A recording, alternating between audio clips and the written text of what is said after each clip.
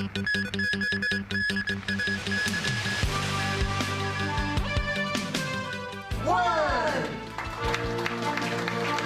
new Cross Harbour rail link officially opens. Authorities try to trace infection cluster as the city reports almost 300 COVID cases.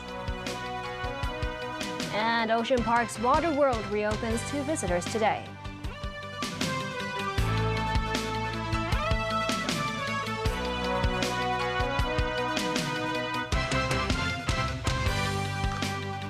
Good evening and thanks for joining us. The long-awaited Cross Harbour extension of the MTR's East Rail Line will commence service tomorrow. During the line's opening ceremony, Chief Executive Carrie Lam said the new route will bring greater convenience to commuters. Chrissy Khan reports. After repeated delays and cost overruns, the Cross Harbour link of the East Rail Line will finally be opened to the public tomorrow. This morning, Chief Executive Carrie Lam was joined by Frank Chan, Secretary for Transport and Housing, and Rex Ao-Yuan, Chairman of the MTR, when taking a test ride from Hung Hom Station to the Exhibition Centre station. The link allows commuters to travel from Shen Shui to Admiralty without having to switch lines. Furthermore, a journey from Hung Hom to Admiralty, now a 4-line interchanging mega station, will just take about 5 minutes. 2, 1. In the launch ceremony, Lam said she believes the new rail section will help boost the city's development. Lam said the East Rail Line will help connect the urban section centered on the Victoria Harbour with the northern metropolis in the new territories. She added the government is exploring the possibility of extending the line to Shenzhen, which will link up with the Greater Bay Area. Jacob Kam, CEO of the MTR, said the railway company will closely monitor the situation after the link's opening in order to further adjust the service of the East Rail Line. The MTR also said a special train will be arranged to depart from Exhibition Centre station tomorrow morning at around 5:30 to celebrate the opening of the Cross Harbour extension. Christy Khan, TVB News. The interchange bus terminal at the Exhibition Centre station begins operations today. That's ahead of the opening of the East Rail Line's Cross Harbour extension on Sunday. The original bus terminal was situated at the Wan Chai harbourfront before being relocated to Wan Chai North. The new interchange bus terminal will serve 17 bus routes, including those running between Hong Kong Island East, Tsuen Wan and Tuen Mun. Many find it more convenient to cross the harbour directly from the new territories. The Transport Department says with a new rail link, people's ways of commuting are bound to change, and the government will review the public transport services should new demands and needs arise. The city reported 284 new COVID cases today, and health authorities are continuing the race to trace hundreds of patrons and contacts linked to a virus-hit Shen Wan restaurant and a Hung Hom snooker club. A total of 12 COVID patients have now been found to have visited Sun Mung Snooker in Hung Hom. Among those newly diagnosed are 4 patrons and 2 staff members. One of the infected workers was responsible for preparing food and drinks. On Monday, he began to feel unwell. He then visited an emergency ward where he was found to carry a high viral load of COVID. His colleague who works in the bar area began showing symptoms including coughing on Monday as well. He tested positive for COVID on Wednesday. At the Sky Cuisine restaurant on Daewoo Road in Sheung Wan, 10 more patrons and a waiter tested positive for COVID. All visited the 3rd floor of the eatery. 17 of the 29 tables saw customers come down with the virus. In the mandatory lockdown at virus-hit Saiwan Estate in Kennedy Town, 22 more cases were uncovered at the West Terrace. It also happens to be where an infected waiter who works at the Sky Cuisine restaurant lives. More investigations are underway to see if there is a connection between the restaurant cluster and the outbreaks in Kennedy Town. Authorities continue to urge for caution in the face of the pandemic. We have around 300 cases in the community.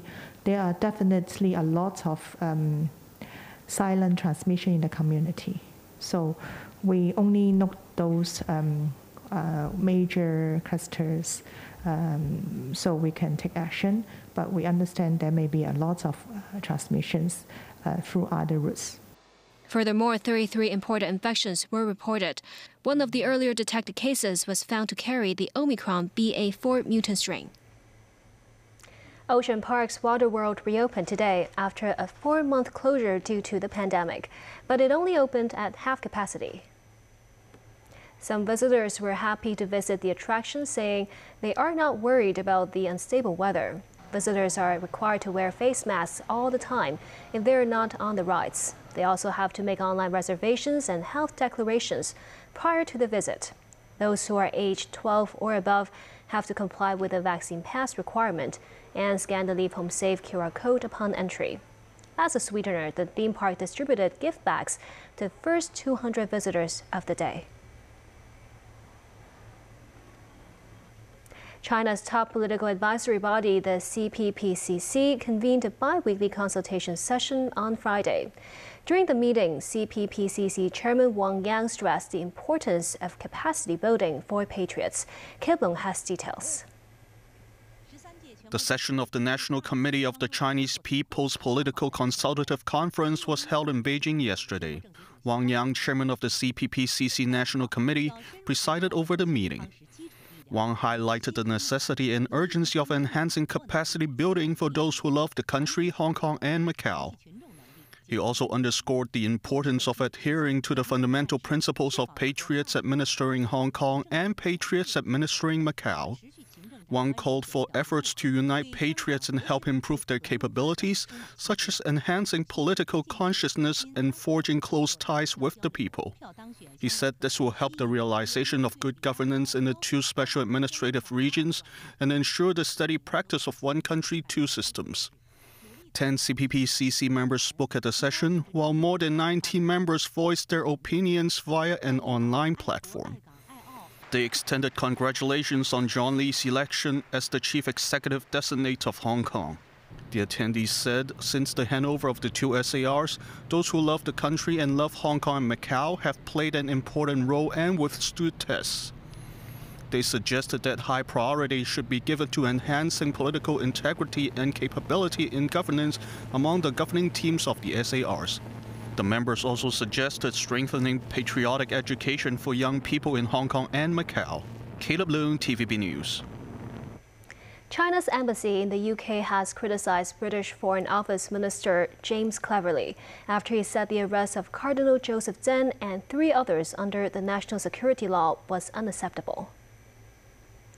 An embassy spokesperson described the remarks as interference in China's internal affairs. The spokesperson added that those who violated the law, regardless of their social status and background, should be brought to justice. The mainland reported nearly 2,000 COVID infections on Friday. The bulk of them are in Shanghai at over 1,600 cases. 1 death was reported, a patient who's 84 years old. Beijing logged 56 cases, while the neighboring Tianjin city had 2 asymptomatic infections. That has led to a compulsory mass testing exercise in Tianjin tomorrow. The outbreak is more serious in Taiwan, where daily COVID infection cases surpassed 60,000 for the 3rd straight day today. 40 people died, slightly lower than yesterday. Authorities in the island say special groups will be eligible for the 4th jab as soon as next week. Still ahead on tonight's news. The U.S. vows to strengthen ties with ASEAN countries following the summit. China's self-made passenger plane C919 has successfully test flight.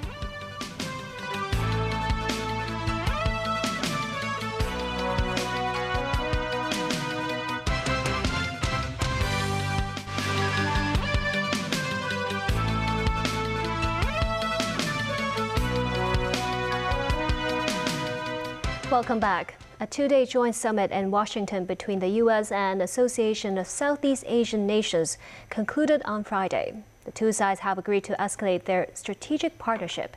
Danny Rao tells us more. The 2-day summit marked the first time ASEAN leaders had ever gathered as a group in Washington, D.C. It was also their first meeting hosted by U.S. President since 2016. President Joe Biden heralded the importance of the talks.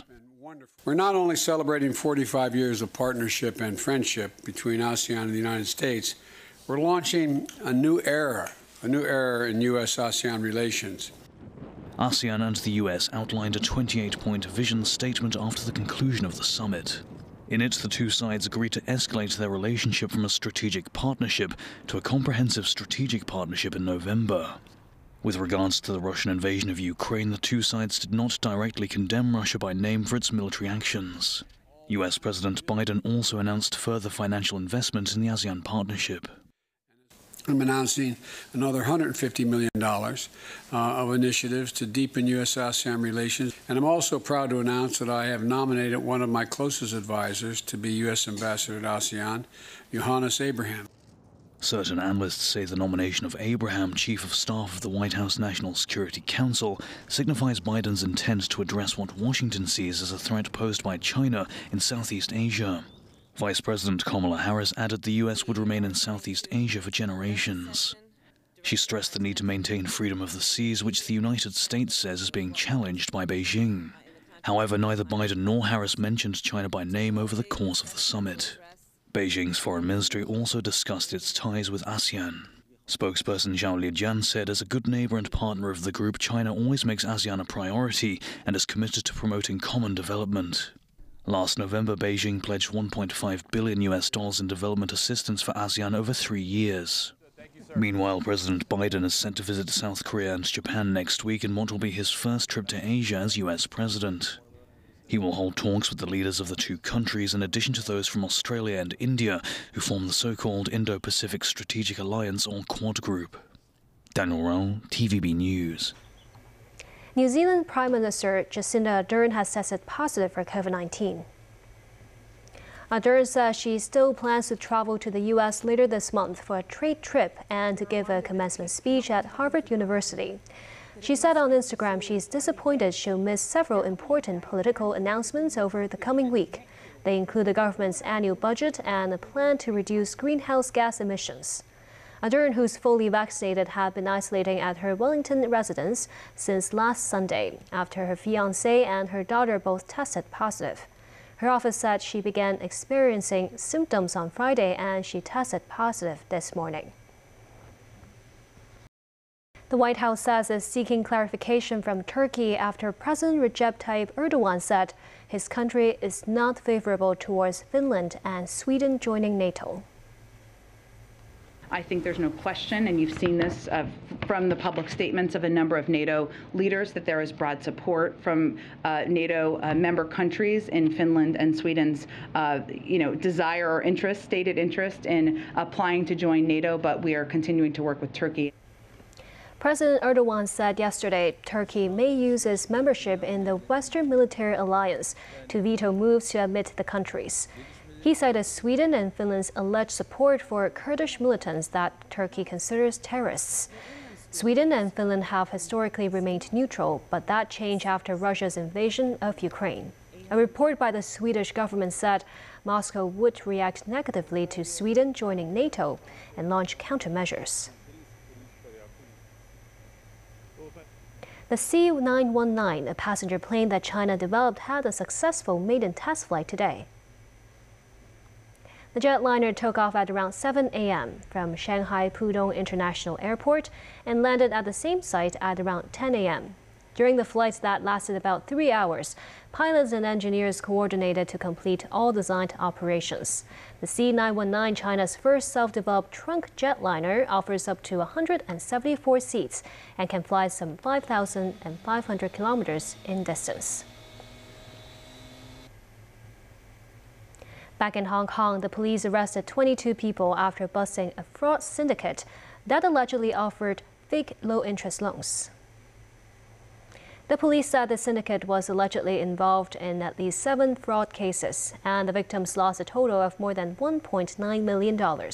Aside from the arrests, the police also confiscated evidence like computers, watches, and some $1.2 million in cash. According to the police, the fraudsters claimed to be bank or finance company staff and promoted low-interest loans to the victims. When the victims were interested, the fraudsters demanded them to deposit around 10% of the loan amount to specific accounts as a deposit. The victims lost contact with the fraudsters after they made the deposits. The 17 men and 5 women were arrested for conspiring to defraud and money laundering.